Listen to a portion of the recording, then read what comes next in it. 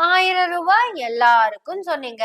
சங்கீதாக்கு வரலையே, த்ரிஷாக்கு வரல, கீர்த்தி சுரேஷ் கீர்த்தி சுரேஷ் கேரளா பரவாயில்ல, கீர்த்தி சுரேஷ்க்கு வரல. இப்படி எனக்கு தெரிஞ்ச 3 பேத்துக்குமே வரலையே. இல்ல சோபா எங்க அம்மாவும் சேர்த்து 4 பேத்துக்கு 1000 ரூபாய் வரல. இந்த கொடுமைய நாங்க எங்க போய் சொல்ல? 1000 ரூபாய் பணம் வரல, பணம் வரல, பணம் வரல. அவங்க எல்லாம் என்னத்தான் சார் நம்பிட்டு இருக்காங்க? உங்களுக்கு கொஞ்சமாவது பொறுப்பு இருந்தா அட்லீஸ்ட் அந்த 4 பேத்துக்காவது கொடுத்திருப்பீங்கல்ல. உங்களுக்கு என்ன சார், உங்க குடும்பம் மட்டும் சம்பாதிச்சா போதும், எங்களுக்கெல்லாம் ஒண்ணும் வேண்டாம், அப்படித்தானே? தமிழ்நாடு எப்படியெல்லாம் வளர்ந்திருக்க வேண்டிய மாநிலம் தெரியுமா சார்?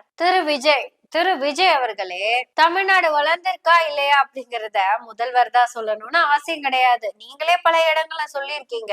ஒருவேளை நம்ம முதல்வர் குடும்பம் மட்டும் வளர்ந்திருந்ததுன்னு வச்சுக்கோங்களேன், அப்படி ஒரு கணக்கு போட்டா ஒரு 100 பேர் வருவாங்களா? இல்ல 200 பேர் வருவாங்களா?